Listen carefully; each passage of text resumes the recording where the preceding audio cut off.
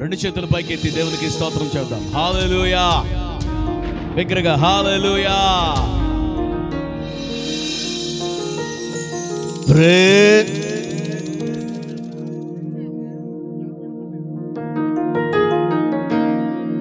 ప్రేమతో ప్రాణమును అర్పించినావు,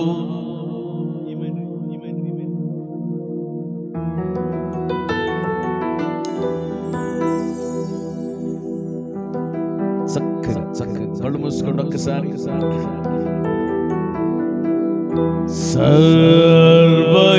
సర్వయుగములలో సజీవుడవు,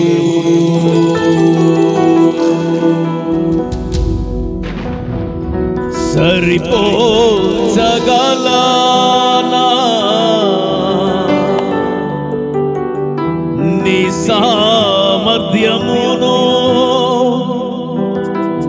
కొనియాడదగినది నీ దివ్య తేజం. నా ధ్యానం నా ప్రాణం నీవేసయ్యా, నా ధ్యానం నా ప్రాణం నీవేసయ్యా. సర్వయుగములలో సజీవుడవు, సరిపోల్చగలనా బిగ్గరగా చక్కగా ఆరాధిస్తూ. నా ధ్యానం నా ప్రాణం నీవేసయ్యా, నీవేసయ్యా. సర్వయుగములలో సరిపోల్చగలనా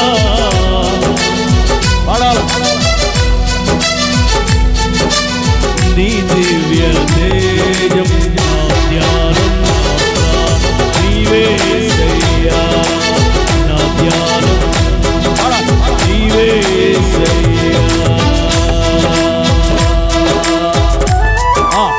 చక్కగా కళ్ళు ధ్యానిస్తూ ప్రభు సన్నిధిలో పరవశిస్తూ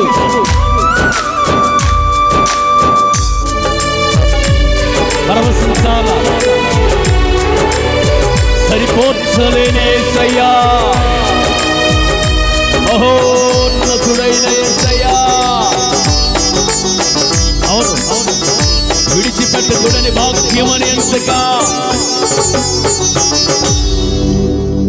ప్రేమతో ప్రాణమును అర్పించినావు, శ్రమల సంఖ్యలైన శత్రువును కరుణించు వాడవు నీవే.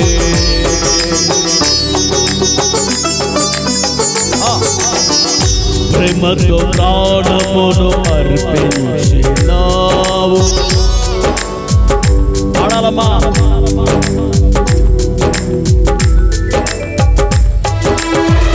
సురులు నీ ఎదుట వీరులు కారన్నాడు, జగతిని జయించిన జయవీరుడా. సురులు సురులు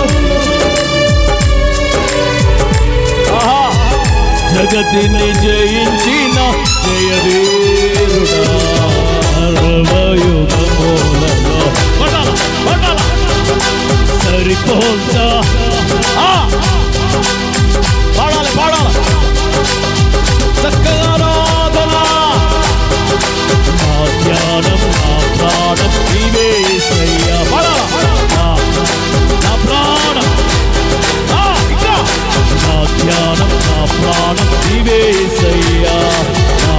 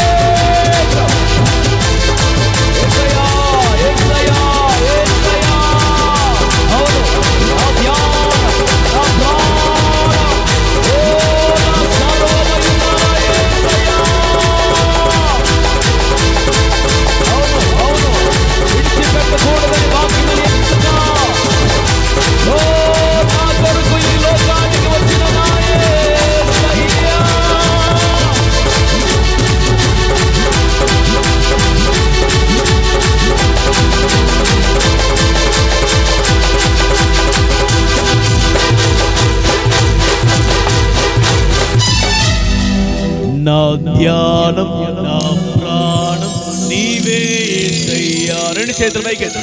నా ధ్యానం పాడాలి పాడాలి. నా ధ్యానం very good very good very good. ఇంకోసారి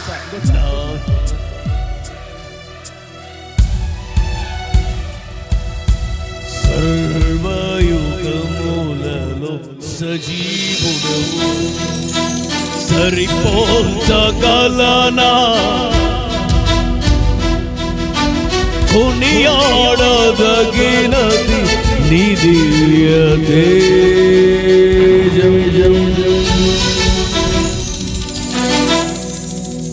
నా ధ్యానం నీవే పాడాలి పాడాలి. నా ధ్యానం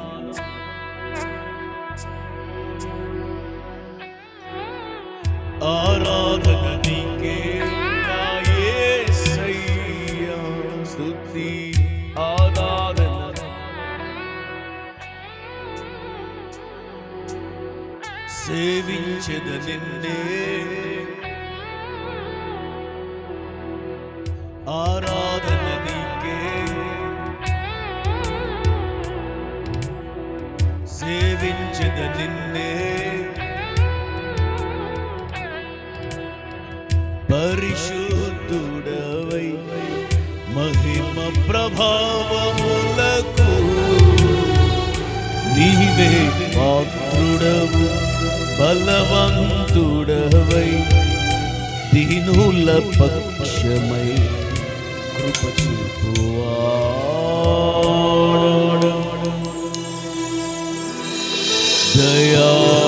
దయాళుడవై ధారాళముగా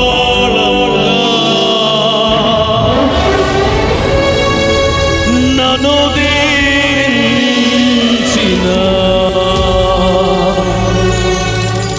శ్రీమంతుడా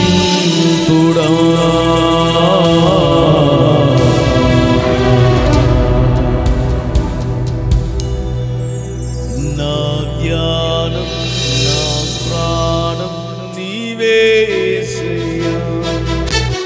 నా ధ్యానం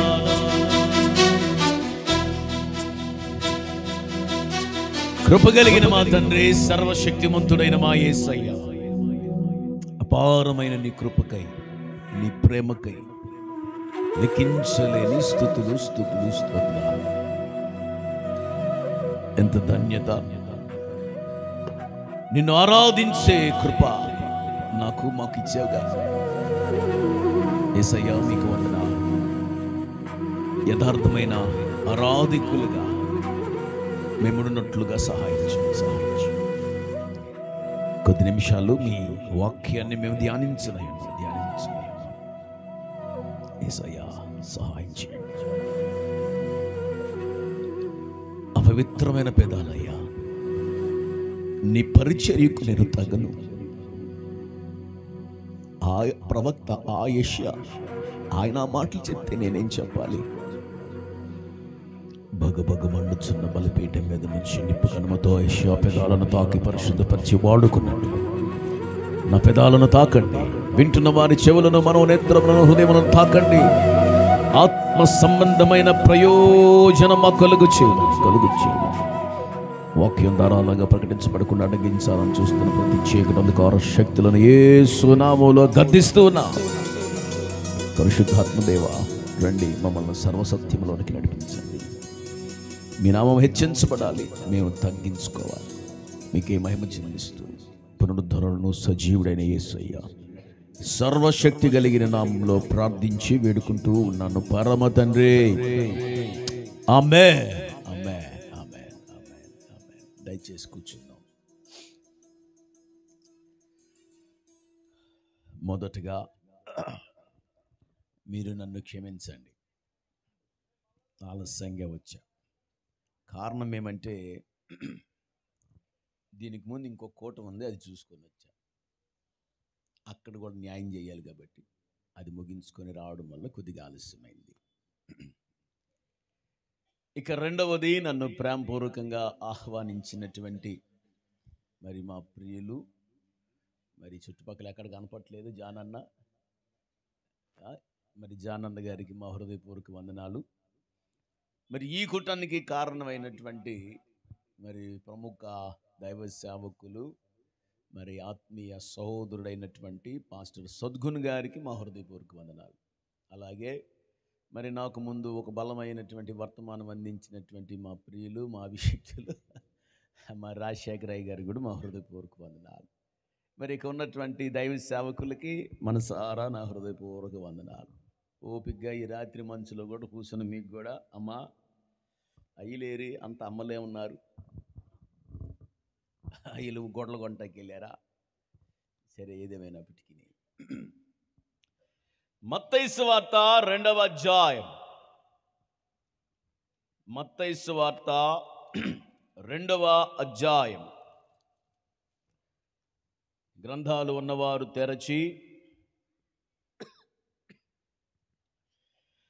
10-11 వచనాలను చదివి సహాయం చేయగలరు భక్తులు ఎవరైనా. వారు ఆ నక్షత్రమును చూచి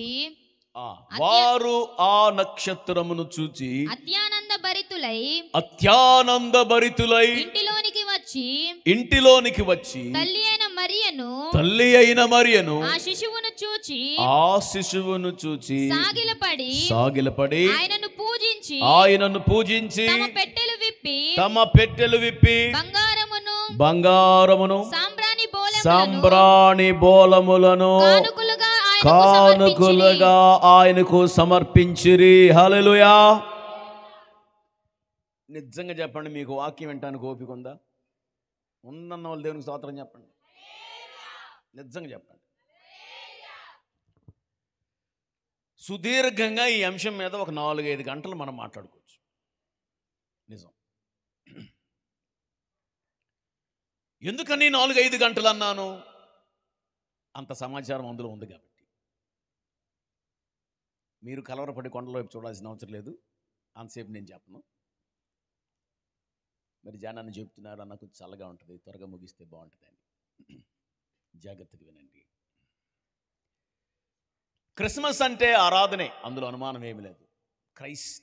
క్రిస్టోస్ ప్లస్ మాస్, క్రీస్తుని ఆరాధించడమే ఆరాధన అంటే. అయితే నేను ప్రభువుని అడిగా, ప్రభువా సువార్తలలో నుంచి క్రిస్మస్ని ఎలా నిర్వర్తించాలి అంటే, మత్తయి లూకా సువార్తల్లో ఉన్నటువంటి నా ప్రభు యొక్క ఆ జన్మ పరిచయంలో నుంచి ప్రభువారు నాకు ఇచ్చినటువంటి తలంపులు అవి మీ ముందు పెడతాను. మరి సేవకులు కూడా ఉన్నారు కాబట్టి ధ్యానం చేసుకోవటానికి బాగుంటుంది. ఎందుకని సువార్తలలో 4 సువార్తలలో నా యేసయ్యను గురించేగా చెప్పబడింది? ఇంకా వేరే వాళ్ళ గురించి ఎవరని చెప్పారా 4 సువార్తల్లో? మీరు చెప్పండి. యేసయ్య గురించేగా. మరి అలాంటప్పుడు 4 సువార్తలలో నా యేసయ్య జన్మ పరిచయం ఉండాలిగా. ఎందుకని మత్తయి సువార్త మరియు లూకా సువార్తలలో మాత్రమే నా యేసయ్య జన్మ పరిచయం లిఖించబడింది? ఎందుకని మార్కు సువార్తలోను యోహాను సువార్తలోను క్రీస్తు యొక్క జన్మ పరిచయం లేదు? మనసులో పెట్టుకున్నట్ల ప్రభు సంకల్పం అయితే సమాధానం చెబుతా తర్వాత.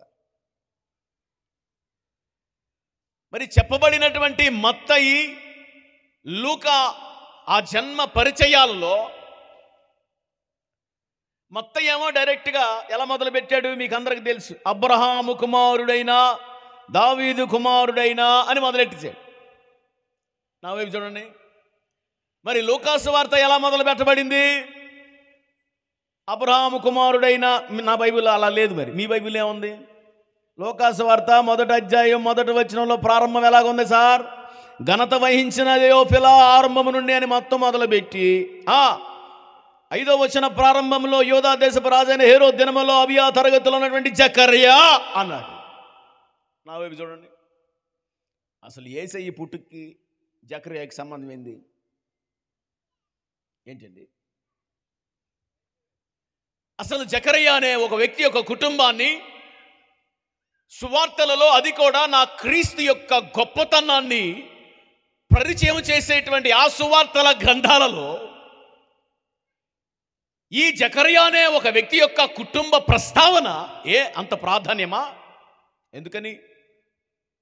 ఊరక అలా పెట్టుకోండి మనసులో, తర్వాత ధ్యానించుకోండి. మరి ఈ 2 సువార్తలలో చక్కగా స్పష్టంగా ప్రకటించబడినటువంటి అద్భుతమైనటువంటి విషయ సూచికలు. లూకా సువార్తలో ప్రవచనాలు ఎత్తి క్రీస్తు పరిచయాన్ని చెప్పింది లేదు. ఒక దైవ సేవకుడు, పాత నిబంధన వేదాంత పండితుడు, పాత నిబంధనను కొన్ని వందల సార్లు చదివి ఒకే అంశాన్ని పట్టుకోవాలని, అదేంటి అంటే మెస్సయాను గురించినటువంటి ప్రవచనాలు డైరెక్ట్గా ఇండైరెక్ట్గా ఎన్ని చోట్ల ఎన్ని వచనాలు ప్రస్తావించబడ్డాయంటే 543 ప్రవచనాలను కనుగొన్నాడు మెస్సయాకు సంబంధించి. ఎన్ని? మరి నా యేసయ్య మొదటి రాకడలో 300 ప్రవచనాలు నా యేసయ్య నెరవేర్చాడు. ఎన్ని? 300. ఇప్పుడు నా పాయింట్ ఏంటంటే, యేసుప్రభు వచ్చి శిష్యుల్ని ఎన్నుకొని ఆరోహణమై వెళ్ళిపోయినటువంటి ఒక 30 సంవత్సరాల తర్వాత కదా మత్తయి సువార్త రాయబడింది, అవునా? అంతేగా? మరి అలాంటప్పుడు ఎందుకని మత్తయి సువార్త మొదటి 2 అధ్యాయాలలో మత్తయి సువార్తికుడు 5 ప్రాముఖ్యమైన ప్రవచనాలను ఎన్నుకున్నాడు? 5. ఎన్ని చెప్పాలి? అసలు ఎన్ని ప్రవచనాలు ఉన్నాయంట? 543. యేసయ్య ఎన్ని నెరవేర్చాడు? 300. మరి ఏ గారు ఎన్ని ఎన్నుకున్నాడు? పాయింట్ ఏంటంటే, అసలు 300 ప్రవచనాలు నెరవేర్పు ఉంటే ఈ 5 ప్రవచనాలను ఎత్తుకొని క్రీస్తు యొక్క పరిచయాన్ని చేయాల్సినంత లోతైనటువంటి ఆ ప్రవచనాల మర్మం ఏంటి? పాయింట్ అర్థమైన వాళ్ళు దేవునికి స్తోత్రం చెప్పండి. ఉమయ్, ముందు కూర్చొని ఏంది మీటింగ్ పెట్టావు? నువ్వు కూట పెడతానంటే చెప్పు, నేను వెళ్ళిపోతా. లేదుగా. కనుక చాలా జాగ్రత్తగా, చాలా శ్రద్ధగా లోతైన విషయాలను మనం అధ్యయనం చేయాలి. రేపు ఇంకెక్కడో ఈ దగ్గరలో ఎక్కడ కోట ఉందండి నాకు. ఎక్కడ? రండి, రేపు కూడా ఒక చిన్న ప్రాముఖ్యమైన విషయాలు చెప్తా మీకు. సరే, ఇవన్నీ అట్లా ఉంటే మొన్న క్రైస్తవ వ్యతిరేకులు మాట్లాడుతూ మీకు అందరికి తెలిసిన ప్రశ్నే, 3 మేకులు బిక్కలేనోడు దేవుడు ఎట్లా అనే ప్రశ్న మీకు అందరికి తెలుసు, అవునా? విన్నారు? ఈ మాట విన్నారేం లేదా? విన్నారు. అసలు ఇంకొక మాట మీరు ఈ మధ్య వినాలి. ఆ మాట ఏంటంటే, 3 మేకులు బిక్కోవటం సంగతి తర్వాత, అసలు వీళ్ళ దేవుడు అని చెప్పుకుంటున్నటువంటి దేవుడు ఏమండి ఆడబుట్టాడండి? ఓరే నాయన, ఓ పాకా కూడా దొరకలేదండి ఆయనకి. ఆయన భూమి ఆకాశాన్ని కలిగి చేశాడని చెబుతున్నారండి వీళ్ళు. ఆయన పుట్టడానికి దిక్కు దశ లేకపోతే ఏడో గొర్రెలు బర్రెలు గొడ్లు ఉండే గాడిదలు ఉండే ప్రాంతంలో పుట్టి ఆడబడెత్తే ఓ పేదరికమైనటువంటి బతుకు ఆయన బతుకుతుంటే వీళ్ళంటారు ఆయన ఐశ్వర్యవంతుడు అయ్యుండి మనల్ని ఐశ్వర్యంగా చేయనట్లుగా అని అంటాడు. ఒకటో. ఇప్పుడు మీకు చెప్పాలి లోతైన సత్యాలు. అసలు ఆయన పశువుల పాకలో పుట్టినటువంటి చరిత్ర, దాని యొక్క విషయము, దాని యొక్క లోతు వాడికి అర్థం కాలేదు కాబట్టి వాడు నోటికి వచ్చినట్టు మాట్లాడతాడు. ప్రభు చిత్తం అయితే రేపు మాట్లాడతాను అంశాన్ని. అక్కడ ఈరోజు అంశభాగములో నుంచి ఒక కీలకమైన ప్రాముఖ్యమైనటువంటి విషయాన్ని మీకు పెడతాను, జాగ్రత్తగా వినండి. మిమ్మల్ని రెండు విషయాల్లో ధైర్యపరచాలని ఆశపడుతున్నాను. రెండు విషయాల్లో. ఒకటి, యేసయ్య అంత నిస్సహాయకుడిగా జన్మించలేదు. గుర్తుపెట్టుకోండి, అంత నిస్సహాయకుడిగా జన్మించలేదు. ఆయనంత కడు పేదరికములో లేడు. మీకు అర్థం అవడానికి చెప్తున్నాను, జాగ్రత్తగా వినండి.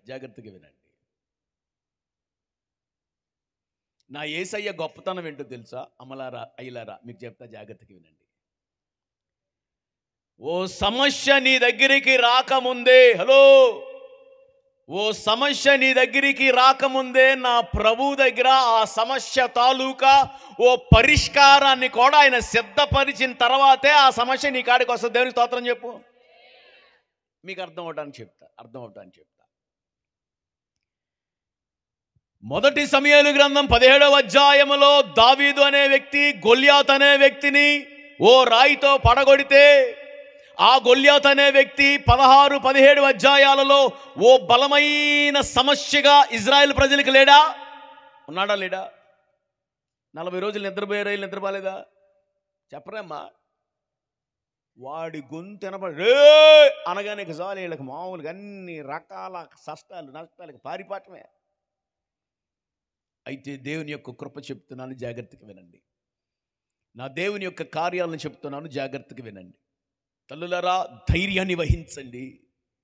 నువ్వు ఏ సమస్యలో, ఏ ఇబ్బందిలో, ఏ కష్టంలో, ఏ నష్టంలో, ఏ ప్రమాదంలో, ఏ ఊబిలో ఉన్నావో నాకు తెలియదు. కానీ నీకు ఒక మాట చెప్పాలి. నేను ఈ రాత్రి 17వ అధ్యాయంలో గొల్యాతు అనే ఓ సమస్యకు జాగ్రత్తగా వినండి.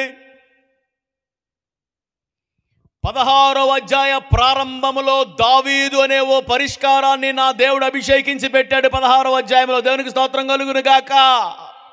అంటే 17వ అధ్యాయంలో నా బిడ్డలు ఎదుర్కోపోతున్నటువంటి ఆ సమస్యను పరిష్కరించేటువంటి ఒక పరిష్కారకుడు మొదటి సమూయేలు గ్రంథం 16లోనే దానికి పరిష్కారం నా ప్రభు సిద్ధపరచలా? అవునా కదా? ఇప్పుడు నీ దగ్గరికి వస్తా. ఇప్పుడు నీ దగ్గర ఉన్నటువంటి సమస్య నీ దగ్గరికి రాకముందే, నిన్ను భయపెట్టకముందే, నీకు నిద్రలేని రాత్రులు నువ్వు గడపకముందే, దిక్కుదోచని స్థితిలో నువ్వు ఉండకముందే, నీ దగ్గర ఉన్న సమస్యకు నా యేసయ్య దగ్గర పరిష్కారం ఉన్నది అని నమ్ముతున్న వాళ్ళు చప్పట్లు కూడా దేవుని స్తోత్రం చెప్పండి, గట్టిగా చెప్పండి. హల్లెలూయా, హల్లెలూయా, హల్లెలూయా. అవును, నా యేసయ్య గొప్ప దేవుడు, నా యేసయ్య ఆశ్చర్యకరుడు. హల్లెలూయా. ఆలోచనకర్త, నిత్యుడగు తండ్రి, సమాధానానికి అధిపతి అయిన దేవుడు ఆయన. హల్లెలూయా. ఇప్పుడు జాగ్రత్తగా రండి. ఈ పిచ్చిగా మాట్లాడేటువంటి పర్థం లేనటువంటి మాటలు మాట్లాడేటువంటి వారికి మీరు ఒక బలమైన ధీటైన ఒక సమాధానం ఏం చెప్పాలో తెలుసా? ఈ పాక సంగతి రేపు మాట్లాడతా. కరుపేద నిరుపేద అని మాట్లాడుతున్నాడే, వాడికి మీరు సమాధానం చెప్పాలి. జాగ్రత్తగా వినండి. నా యేసయ్య ఈ భూమి మీద అడుగు పెట్టినప్పుడు ఆయన పుడుతున్నాడని, ఆయన వస్తున్నాడు అని కొంతమంది వ్యక్తులకు ఆయన ఈ యొక్క శుభవార్తను ప్రకటించాడు. ఇప్పుడు మరియమ్మకు యేసుప్రభు పుడతాడని ఎవరు చెప్పారు? చెప్పరే, దేవదూత. యోసేపుకి ఎవరు చెప్పారు? నోరు తెరిచి చక్కగా చెప్పండి. ఎవరు చెప్పారు? గొర్రెల కాపర్లకు ఎవరు చెప్పారు? మాట్లాడరా అమ్మా. యోసేపుకి ఎవరు చెప్పారు? మరియమ్మకి ఎవరు చెప్పారు? గొల్లలకు ఎవరు చెప్పారు? మరి ఇప్పుడు జ్ఞానులకి ఎవరు చెప్పారు? అల్లెలు అంతే, ఇంకా వేరే లాజిక్ ఏం లేదు. దేవదూత చెప్పింది వాళ్ళకి. పెద్ద నక్షత్రాల గురించి మనం పెద్ద పరిశోధన చేయాల్సినంత అవసరం లేదు. ఎందుకు అంటే చిన్న విషయాన్ని చెప్తాను. వీళ్ళకి రక్షకుడు గురించి తెలుసు, వీళ్ళకి ఆరాధించడం ఏంటో తెలుసు. ఒకవేళ వీళ్ళు కనుక అన్యులై ఉంటే ఆరాధించడం ఎలా తెలుస్తుంది? రక్షణ గురించి ఎలా తెలుస్తుంది? వీళ్ళు ఖచ్చితంగా అన్యులైతే కాదు. ఎవరు వీళ్ళు అని నేను ఆత్మ సంబంధంగా ధ్యానించగా ప్రభు ఇచ్చినటువంటి ఒక పరిష్కారాన్ని నేను మీ ముందు పెడతాను. దాని దగ్గరికి తర్వాత వద్దాం. అయితే ఇప్పుడు ఒక జవాబు చెప్పాలి, జాగ్రత్తగా వినండి. నా యేసు ప్రభు వారికి అప్పటికి 2 సంవత్సరాల వయసు. వీళ్ళేదో ఒక చిన్న ఇంట్లో అద్దెకుంటున్నారేమో. మరి పిల్లోడు పుట్టగానే ఆ పిల్లోడు దైవ సంబంధమైనటువంటి వ్యక్తి అని, ఓ లోక కళ్యాణం కొరకు ఈ లోకానికి వచ్చాడని ఎరిగిన తల్లిదండ్రులకి ఓ టెన్షన్ ఉంటుంది. ఎట్లా పెంచాలి? ఇప్పుడు మీకు పిల్లలు పుట్టగానే ఓ టెన్షన్ ఉంటుందా అండి? ఇంట్లో రేపేం తినాలో అర్థం కాని పరిస్థితిలో ఈడు పుట్టాడు, మరి వీడి సంగతి ఏంటి, వీడికి జ్వరం వస్తే సంగతి ఏంటి, వీడికి జబ్బు వస్తే స్వరం ఏంటి, ఈ మరి హాస్పిటల్కి తీసుకెళ్తే పరిస్థితి ఏంటి, వీడికి పాల డబ్బాకి డబ్బులు ఏంటి, పాల ప్యాకెట్ నాన్న నుంచి తేవాలి, ఏమండి సిరిలేకలు బొరిలేకలు పెట్టాలంటే ఎక్కడైద్ది ఇదంతా? ఈ టెన్షన్ అంతా లోపల ఉంటుందిగా.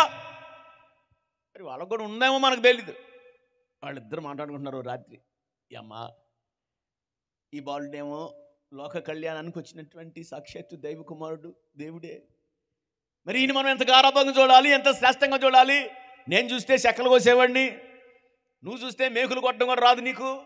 మరి ఏందమ్మా మన పరిస్థితి అని టెన్షన్ పడుతుంటే, ఓ మధ్యరాత్రి వేళ ఎవరో తలుపు కొట్టారు అంటుంది. అయ్యా, రాత్రి వేళ ఎవరో వచ్చారు, కొద్దిగా తలుపు తీసి చూడు అంది. వెళ్ళాడు. తలుపు తీయగానే, ఏమండి, ఈ ఇంటికి మేము పొరపాటును రాలా, ఈ ఇంటికి మేము దర్శించాలి అని 2 సంవత్సరాల నుంచి మా ముందు నడుస్తున్నటువంటి ఒక దూత ఉంది. ఆ దూత మీ ఇంట్లోకి కూర్చుంది, ఆ ఇంటి మీద ఉండి చెప్పింది, ఈ ఇల్లే మీరు రావాల్సింది అని. నేను సొంతగా చెప్పాను, బైబిల్లో ఉంది ముక్క. మాకేం అడ్రస్ కన్ఫ్యూజన్ లేదు, మేము రావాల్సింది ఇంటికే.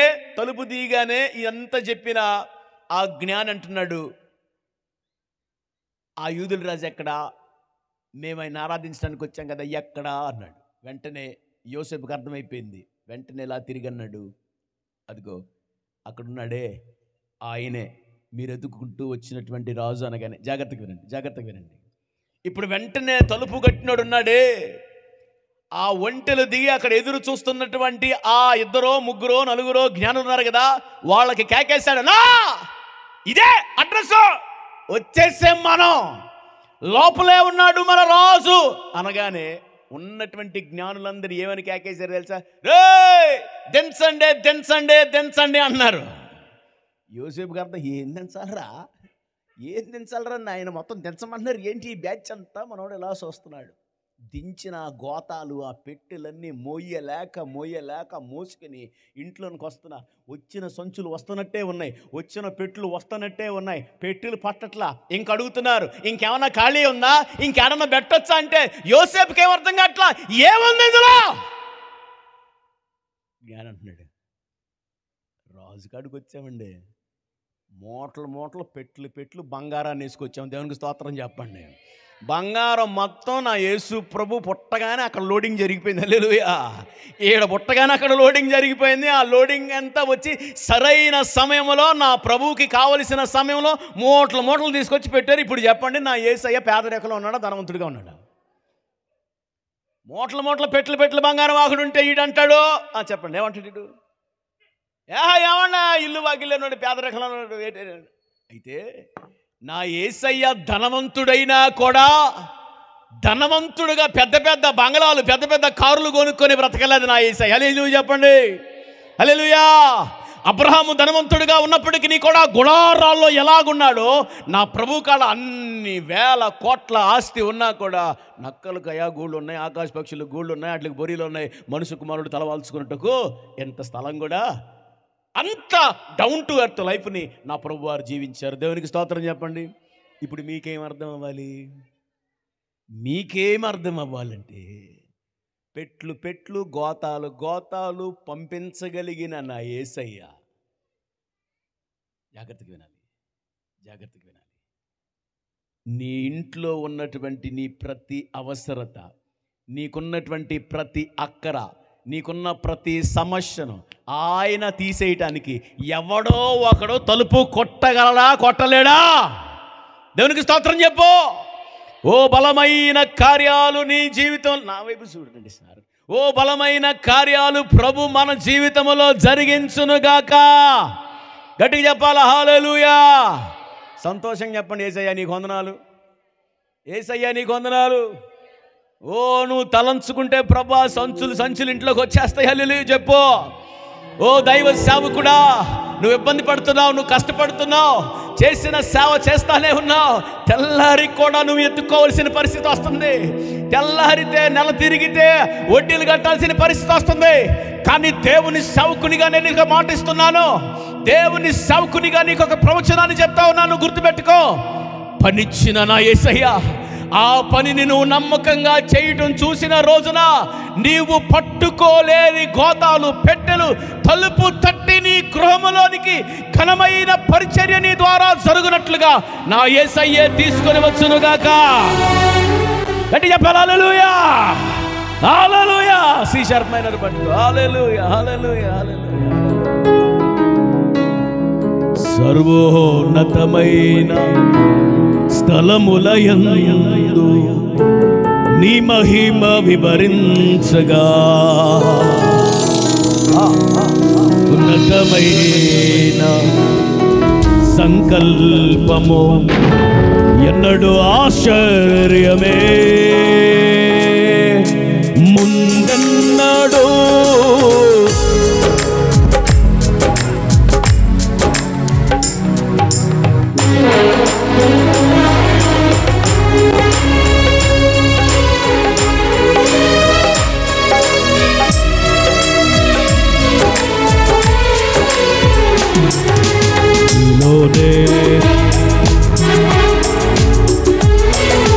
నీ రుణం ఏ నాటికి నీలోనే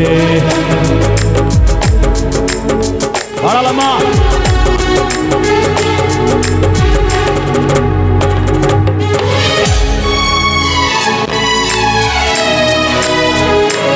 అతి పరిశుద్ధుడా స్తుతి నైవేద్యము. ఆహా, ఓ ఆరాధనీయుడా, అతి స్తుతి నైవేద్యము నీకే.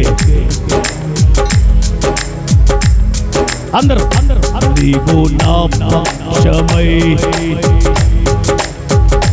నీవు నా తోడువై.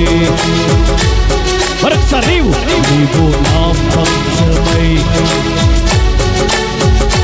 నీవు నా తోడువై. జీవింతును. హల్లెలూయా, హల్లెలూయా, హల్లెలూయా. జీవింతును నీ కోసమే.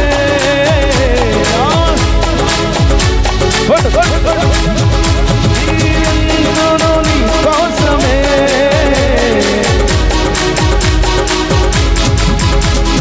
ఇంతును నీ కోసమే. ఆశ్రయమైన నా యేసయ్యా, జీవింతును. ఓ యేసయ్యా, జీవింతును యేసయ్యా. ఓ అతి పరిశుద్ధుడా, ఓ బలమైన యేసయ్యా. స్తోత్ర, స్తోత్ర, స్తోత్ర, స్తోత్ర.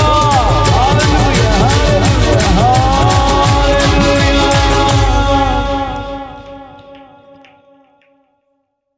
రెండు చేతుల పైకి ఇలా ముందెన్నడు చవి చూడని సరికొత్తదైన ప్రేమ. అవును, నువ్వెన్నడు చూడని అద్భుతమైన దీవెన, నీ తలంపులకు నీ ఊహలకు అందనటువంటి ఒక బలమైన దీవెన ఆయన నీ మీద ధారాళంగా వర్షింపచేయునుగాక. ఆమేన్. ఇక నా వైపు చూడండి, నా వైపు చూడండి. ధైర్యంగా ఉండు, ధైర్యంగా ఉండు. ఈ క్రిస్మస్ దినాల్లో ప్రజలందరికీ సంతోషంగా అన్నాడు నా ప్రభు. అన్నాడా లేదా? అన్నాడా లేదా నా ప్రభు? ఏమో చిన్న మాట అనుకుంటున్నారా మీరు?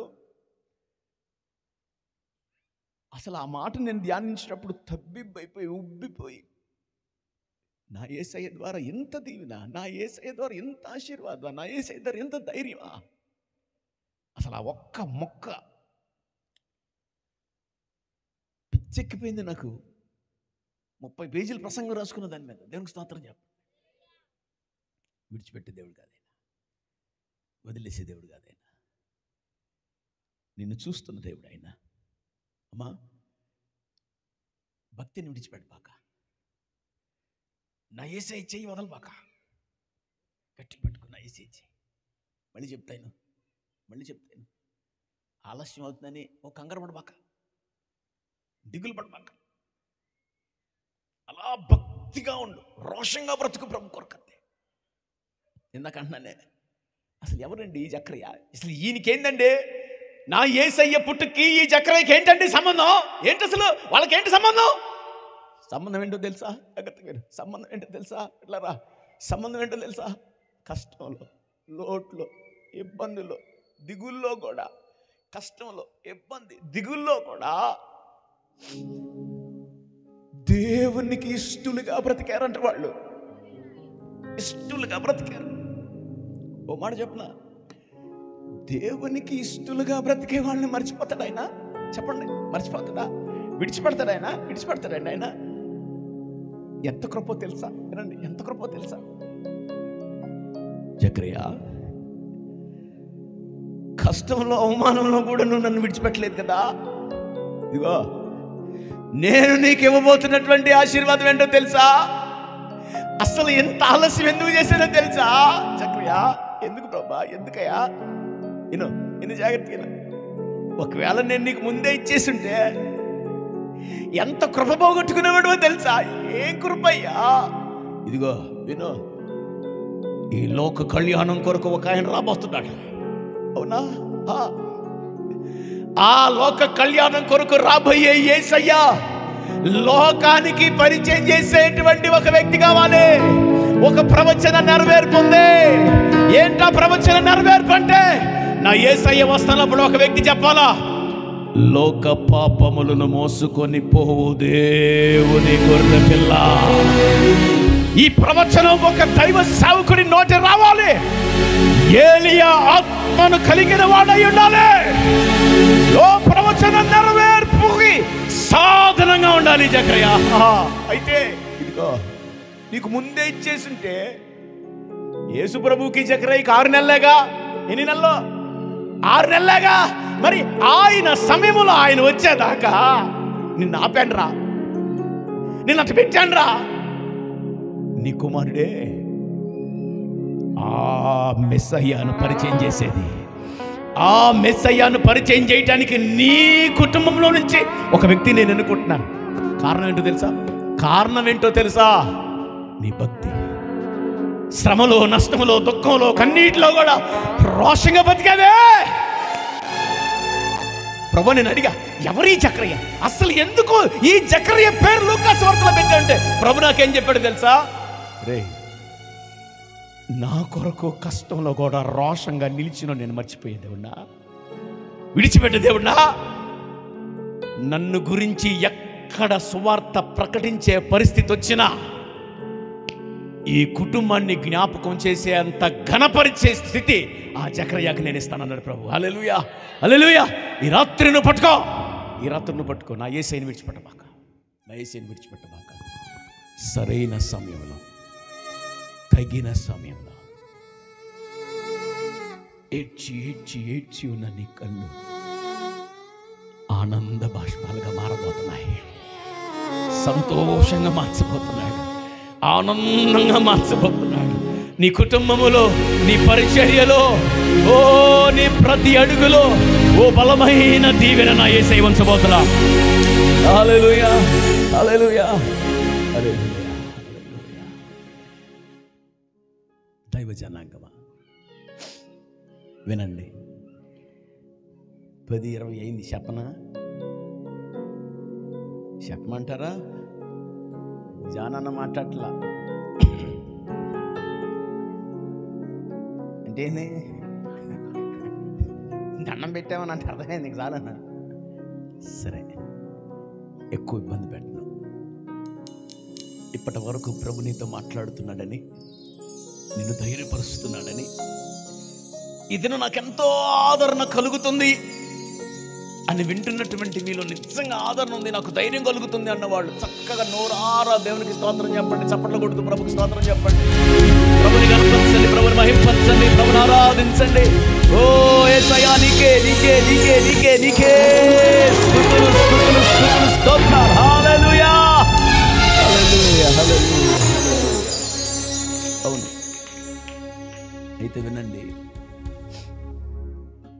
ఇందాక చదవబడినటువంటి ఆ మాట,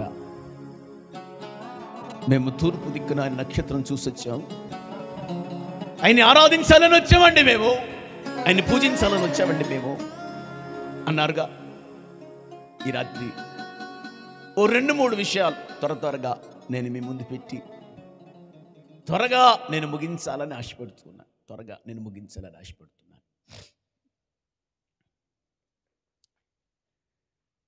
వీళ్ళు ప్రభువుని ఆరాధించడానికి వచ్చినటువంటి దేవుని బిడ్డలు. ఆమేనండి. మరి క్రిస్మస్ దినాలు మనకు దగ్గరికి వస్తుంటే, క్రిస్మస్ అంటే వాడెవడు అన్నట్లుగా ఏమంటున్నాడంటే, సార్ క్రిస్మస్ అంటే మా ఇంటికి పండగ జరిగిద్ది, మా ఒంటికి పండగ జరిగిద్ది, మా పంటికి కూడా పండగ జరిగిద్ది అన్నాడు. అంటే ఏంది? గొడ్లు కొనాల, సున్నాలు కొట్టాలా, కాగితాలు అతికించాలా. మొన్న నిజంగా చెప్తున్నా, ఓ ప్రాంతానికి వెళ్ళినప్పుడు మా స్నేహితుడి ఇల్లు ఉంది, అక్కడ రోడ్ అవతల స్టార్ పెడుతున్నారు, కుర్రోళ్ళంత పెద్ద స్టార్. బాధ కలిగింది ఏంటో తెలుసా? సగం మంది తాగున్నారు అక్కడ. ఎందుకు పెడుతున్నాడు స్టార్ వాడికి తెలియదు. ఆరాధన అంటే అర్థం తెలియదు వాడికి. ఓ సంబరం అనుకుంటున్నాడు, ఆ సంబరాల్లోనే మూలికి తేలుతున్నారు తప్ప నిజమైనటువంటి ఆరాధన ఏంటో వాడికి అర్థం కానటువంటి స్థితి అండి, అర్థం కానటువంటి పరిస్థితి అండి. జాగ్రత్తగా గమనించండి ప్రేమటి దైవజనాంగమా. మళ్ళీ చెప్తున్నాను, నిజమైన ఆరాధికుల యొక్క దృష్టి లోకం మీద ఉండదు, పైనున్న వాటి మీద ఉంటుంది. దేవునికి స్తోత్రం చెప్పండి, గట్టిగా చెప్పండి. అంటే మీకు అర్థం అవ్వటానికి ఒక మొక్క చెప్పనా?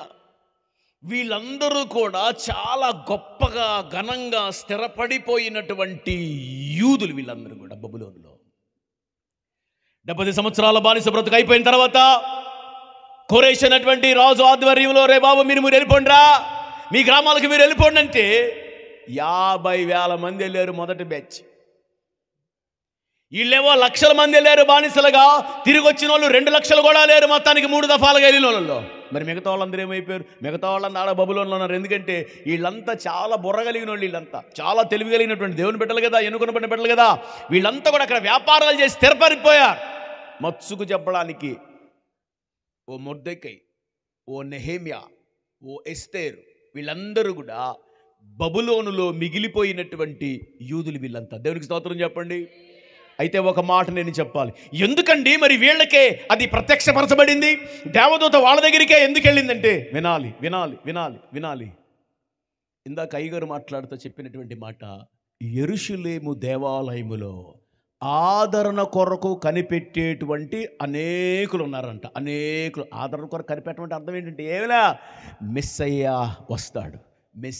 వస్తాడు, మా బ్రతుకులను మారుస్తాడు, మా జీవితాలు మార్చబడతాయి, మా కుటుంబాలు మార్చబడతాయి, మేము దీవెనకరంగా మార్చబడతాం అని ఎదురు చూసేటువంటి వాళ్ళు అనేక మంది ఉంటే వినాలి, వారికే దేవదూత వెళ్ళి ప్రత్యక్షతలు అనుగ్రహించింది. ఆమేన్. ఎందుకంటే మిగతా వాళ్ళందరికీ అర్థం కాలే. సిమియోను ఒక్కడే చేతులు ఎత్తుకొని ఎందుకన్నాడు? అన్నా ఒక్కతే ఎందుకని యేసుప్రభుని చూసి అవును ఈయనే ఆయన అని ఎందుకన్నాడు?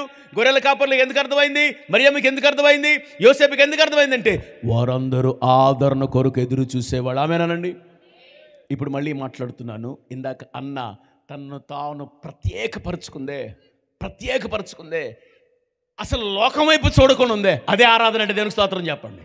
హల్లెలూయా. ఓ మాట చెప్తా, ఆరాధికుల యొక్క జీవితంలో ఈ స్లోగన్ ఉండాలి. ఏంటో తెలుసా? జాగ్రత్తగా విను. 2 రకాల ప్రజలు ఉన్నారు ఇక్కడ. 2 రకాల ప్రజలు ఉన్నారు. మొట్టమొదటి రకం ఏంటో తెలుసా? అన్నిటి కొరకు క్రీస్తును పక్కన పెట్టేసినటువంటి ఒక వర్గం. చెప్పండి. అన్నిటి కొరకంటే సినిమాలు, షికార్లు, మందు, ఎక్సెట్రా వాటన్నిటి కొరకు యేసయ్యను పక్కన పెట్టిన వాళ్ళు ఉన్నారు. హలో, నిజమైన ఆరాధికులు జాగ్రత్తగా విను. యేసయ్య కొరకు వాటన్నిటినీ పక్కన పెట్టేసిన వాళ్ళే ఆరాధికులు. హల్లెలూయా. యేసయ్య కొరకు వాటన్నిటినీ పక్కన పెట్టేసినటువంటి బ్యాచే జ్ఞానులు. హల్లెలూయా. యేసయ్య కొరకు వాటన్నిటినీ పక్కన పెట్టిన వాళ్ళే మరియమ్మ యోసేపులు. హల్లెలూయా. యేసయ్య కొరకే వాటన్నిటినీ పక్కన పెట్టింది సిమియోను, అన్న, గోలలో, జ్ఞానులు. వీళ్ళందరూ కూడా నిజమైన ఆరాధికులు. హల్లెలూయా. ఈ రాత్రి మీకేం అర్థం అవ్వాలి? క్రిస్మస్ అంటే ఏంది? కేకా? క్రిస్మస్ అంటే ఈ పిల్ల ఎన్ని గొడవలు చేసి ఉంటుందో నాకు తెలియదు. కనీసం 3-4 వేల రూపాయలు డ్రెస్ కొనిస్తే తప్ప ఈసారి నేను వేసుకోవాలని ఉంటుంది పిల్ల అని ఉంటావు కదా. హల్లెలూయా. ఇదే క్రిస్మస్ అంటే ఆ పిల్లకి. మరి ఈ పేటలో ఒకటి నిర్ణయం తీసుకుని అంటాడు, అస్సలు ఈసారి క్రిస్మస్కి హైవేలో మన స్టారే ఎలగాలి. మన స్టార్ని దాటిన స్టార్ ఇంకొకటి ఉండటానికే వీళ్ళే. ఆడికి అది ఆరాధన. పైన స్టారు, కింద బారు, వాడికది.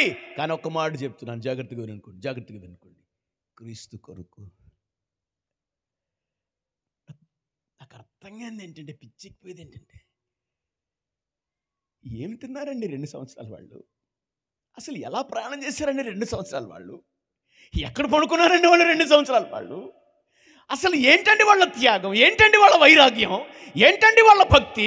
ఏంటండి అసలు ముందుకెళ్తా ఉంటే పనులందరూ ఎన్ని మాటలు అనుకోండి, ఏం ఏడకు బాగున్నారు వీళ్ళు?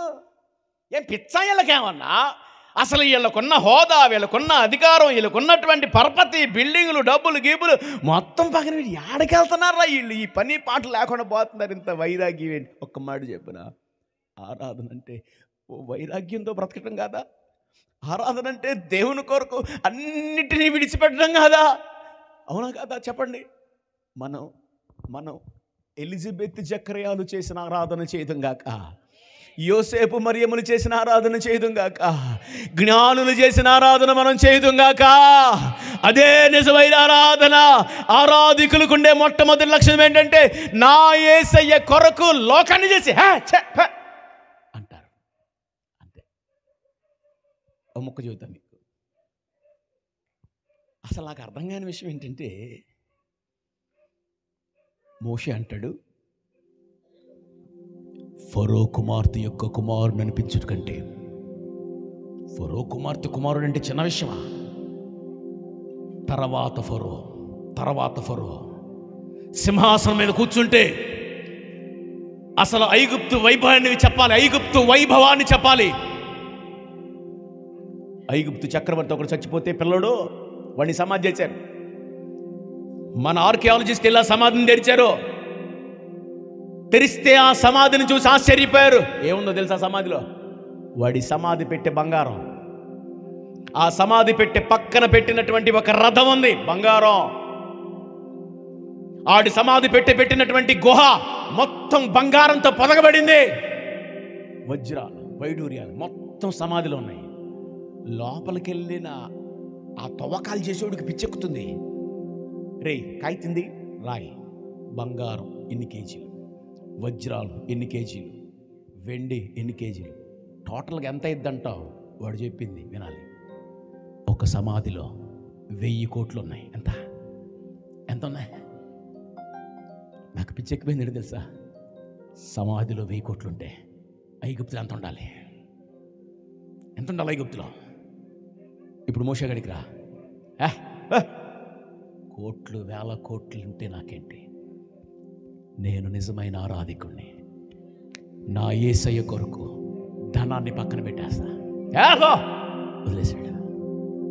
అసలు ఐగుప్తు అమ్మాయిల గురించి చెప్పాలి. భూప్రపంచంలో అతి సౌందర్యవంతులు ఎవరైనా ఉన్నారంటే అది ఐగుప్తీలే. అసలు ఒక చక్రవర్తి స్థానంలో ఉంటే ఎంతమందిని పెళ్లి చేసుకోవచ్చు? మన సొలొమోను గారు ఆవేశపడి ఎంతమంది చేసుకున్నాడు? 1000 దాటేసాడు మనోడు. ఒక్కవేళ ఈయన గనక ఆ దరిద్రాన్నంతా ఆశిస్తే, మీరండి, ప్రపంచంలోనే సౌందర్య రాసులు కదా అంటున్నాడు మోషే. క్రీస్తు కొరకైన నింద గొప్ప భాగ్యం. ఒక ఆరాధికుడి హృదయంలో ఈ లోకం నాకొద్దు, ఈ లోక భోగాలు నాకొద్దు, ఈ లోక అమ్మాయిలు నాకొద్దు, ఈ మధ్యకాలంలో పిల్లగాళ్ళ సంగతి సరే, ఈ మధ్య ఆంటీలు వాళ్ళు బాగా ముదిరిపోయారు. ఎయిర్పోర్ట్లో నా తమ్ముడు వస్తుంటే ఈ మధ్య 2 రోజుల క్రితమే వెళ్ళా. నమ్మండి, ఆమెకి 60 సంవత్సరాలు ఉంటాయి. ఎంత? నేను ఆమెనే చూస్తున్నాను. ఆమె ఒకడికి కెమెరా ఇచ్చి, మీరు నిజంగా నమ్మండి, చీర ఇట్టంటుంది. వాడు ఫోటో తీయాలి. అప్పుడు చీర ఇట్టంది. కొద్దిసేపు నాకు అర్థం కావట్లా, ఈ మీ ఫోటోలో ఏం చేయబోతుంది? ఫేస్బుక్లో ఎట్టవుతుంది, డీపీ మారుస్తుంది తల్లి. నాకు అనుమానం వచ్చింది, ఎవరు కొరకు ఎవడో ఉంటాడు. నీ జుట్టు జలపాతం, నీ నవ్వు ముత్యాలు, నీ కళ్ళు ఇదేం చెట్టు? నేరేడు చెట్టు. నేరేడు. వాడు ఒకడు ఉంటాడు దరిద్రం దీన్ని పొగడ్డానికి. ఇది ఆ పొగడతల కొరకు ఈ చీర ఎట్టంటుంది, ఆ చీర ఎట్టంటుంది. నేను అడుగుదాం అనుకున్నా, నీ వయసు అంతక్క అన్నా అనుకున్నా పోయి. హలో, యోసేపు ఆ ఐగుప్తులోనే ఉన్నాడు. నేను అనుకుంటా, సైన్యాధికారి భార్య అండే అసలు ఎట్లుంటుందామా? అసలు ఐగుప్తు స్త్రీలే అందగత్తెలైతే అసలు ఒక చక్రవర్తికి చీఫ్ సెక్యూరిటీ ఆర్మీ ఆడి పెళ్ళం ఎట్లుంటుంది సార్? రోజు అంటదంట, Raja I love you, Raja I love you. వాట్సాప్లో ప్రతిరోజు message, I love you Raja, I love you Raja. ఆరాధికులు ఏమంటారు తెలుసా? విను ఆరాధికులు వినండి, ఆరాధన అంటే ఏంటో తెలుసా? ఆరాధికులు ఏమంటారు తెలుసా? నేను అనుకుంటా, ఒక సౌందర్య రాసి ఐ లవ్ యూ రాజా, నువ్వు నాకు కావాలి అంటే యోసేపు ఏం మెసేజ్ పెట్టాడో తెలుసా? ఐ లవ్ యూ రాజా, నువ్వు నాకు కావాలి అని వాట్సాప్ మెసేజ్ పెడితే యోసేపు చెప్పు తెగితే హే అని పెట్టుంటాడు. ఏం పెట్టాడు చెప్పండి? ఏం పెట్టాడు? చెక్కిపోయిన దానికి ఎవరే బాబోయ్ చెప్పేసుకోవటా అన్నాడు ఎవడు? నిజమైన ఆరాధికులు అలాగే చెలిస్తారు, అలాగే జీవిస్తారు, అలాగే దేవుని కొరకు నిలబడతారు, అలాగే దేవుని కొరకు ప్రత్యేకపరుచుకుంటారు. లోకంతో సంబంధం ఉండదు వాళ్ళకి, లోకంతో మ్యాటర్ లేదు వాళ్ళకి. ఇది కదా ఆరాధికులు. క్రీస్తు కొరకు లోకాన్ని పక్కన పెట్టేస్తారు. ఇంకా 4 పాయింట్లు ఉన్నాయి, కానీ అన్న ఇందాకే దండం పెట్టాడు. ప్రభు చిత్తమైతే, ప్రభు సంకల్పమైతే మరలా మీ మధ్యకి వస్తా. ప్రార్థన చేసుకోండి. దేవుని సేవకునిగా నేను మీతో మాట్లాడుతున్నాను. ఈ క్రిస్మస్ అయినా, కనీసం ఈ సంవత్సరం అయినా ప్రభువా నా కొరకు ప్రాణం పెట్టావు, నిత్య రాజ్యం నాకు ఇవ్వటానికి ఈ లోకానికి వచ్చావు ప్రభు. నేనేమి ఇవ్వలేను కానీ నీకు ఏమి ఇవ్వగలను ప్రభు? ఇదిగో జీవితానికి ఇస్తున్నా. జ్ఞానులు ఎలాగైతే అన్నిటిని వదిలిపెట్టి, ఆ పాట ఉంటుంది సార్, తూర్పు దేశపు జ్ఞానం కాడి.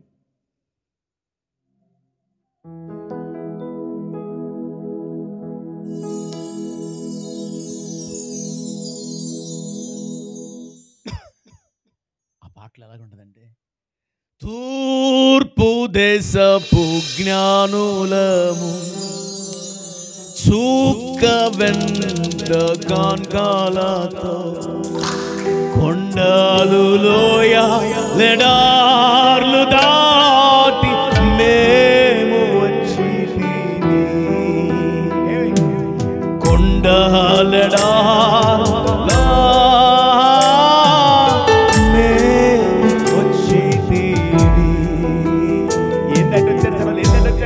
కొండలు గుట్టలు లోయలు ఏమి తిన్నారో తెలీదు, ఏమో ఎలా పండుకున్నారో తెలీదు. ఏమండి, దేవుని కొరకు ఆరాధించేటువంటి ఆరాధికులు అన్నిటినీ పక్కన పెడతారు. లేచి నిలబడు. జ్ఞానుల యొక్క జీవితం ద్వారా ఈ రాత్రి ప్రభునితో మాట్లాడుతున్నటువంటి ఒక బలమైన ఉపదేశం. మేము ఆయన్ని పూజింపవచ్చాము. పూజించడం అంటే ఆరాధనదే. ఆరాధన అంటేనే క్రిస్మస్. ఓ బలమైన ఆరాధికుడిగా నువ్వు ఉండాలని ప్రభు ఈ వర్తమానాన్ని నీకు తెలియజేస్తుండగా, ఓ దైవ జనాంగమా, అవును నా ప్రభు వైపు చూస్తూ యేసయ్యా యేసయ్యా యేసయ్యా, వర్ణన కందని నీ మహిమా స్వరూపాన్ని నా కొరకే త్యాగం చేశావు అయ్యా నా పరమ తండ్రి. వర్ణన కందని పరిపూర్ణమైనని మహిమ స్వరూపమును నా కొరకే త్యాగము చేసి, విడిచిపెట్టకూడదని భాగ్యమైన ఎంచుకోలేదమ్మా, విడిచిపెట్టకూడదని భాగ్యమైన ఎంచుకోలేదయ్యా. వర్ణన కందని పరిపూర్ణమైనని మహిమ స్వరూపమును నా కొరకే త్యాగము చేసి, కృపా సత్యములతో కాపాడుచున్నావు దినమెల్ల నీ కీర్తి మహిమలను. చెప్దాం, కృపా సత్యములతో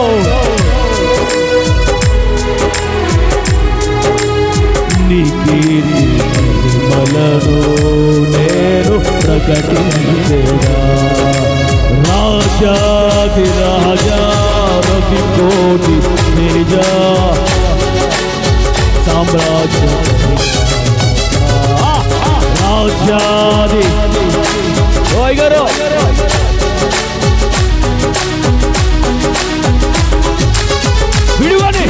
విడువని కృప నాలో స్థాపించనే,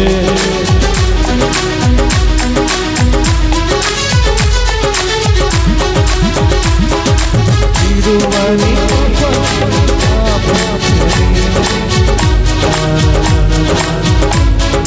రాజాది రాజా రవి కోటి తేజ రమణీయ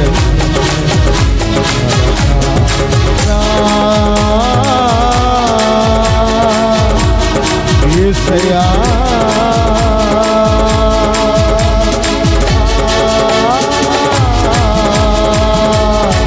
ఎన్ని వరకు ప్రభుకి ఆరాధన చేద్దాం, హృదయాలు కుమ్మరించి ప్రభుని ఆరాధన చేద్దాం. మనసార జ్ఞానుల వల్ల సాగిలపడి పూజించి దేవుని నామాన్ని కనపరిచినట్లుగా మహిమపరిచినట్లుగా హృదయాన్ని కుమ్మరించి ప్రభువా నిజమైన ఆరాధన మా నోటి ద్వారా, మా హృదయం ద్వారా, మా కడుపులో నుండి మనస్ఫూర్తిని ఆరాధిస్తున్నాం. రాజులకే రాజువయ్యా, గొప్ప దేవుడవునైన పరిశుద్ధ దేవుడవునైనా పరిశుద్ధుడవు పరిశుద్ధుడవు పరిశుద్ధుడవు పరిశుద్ధుడవు నీవు నీవు నీవు నీవు మాత్రమే పరిశుద్ధ దేవుడవయ్యా.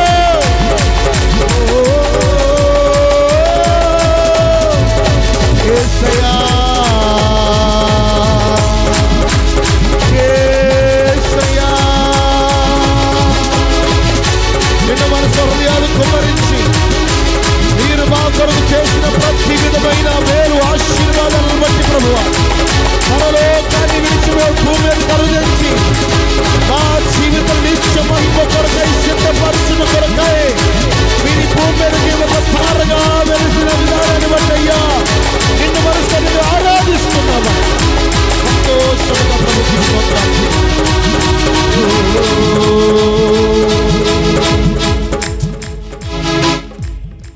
విడువని కృప నాలో స్థాపించినే, సియోనులోనున్న స్తుతుల సింహాసనం రాజాది రాజా రవి కోటి తేజ రమణీయ సామ్రాజ్య పరిపాలనా.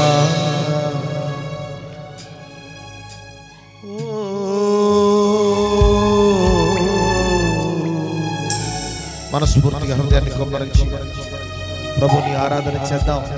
రాత్రికాల సమయంలో ఎంతో మందికి లేని భాగ్యం, ఎంతో మందికి లేని ఈ స్థితిని దేవుడు మనకు అనుగ్రహించాడు. చక్కగా పాడుతూ ఆరాధిస్తూ ఒక ఆత్మ సంబంధమైన మంచి వర్తమానం వింటూ దేవుని స్తుతించే భాగ్యాన్ని మనకి ఇచ్చినందుకే నిన్ను మనసుతో ప్రభుకి స్తోత్రాలు చెల్లిస్తూ ముందుకు వెళదాం. ఈ సమయం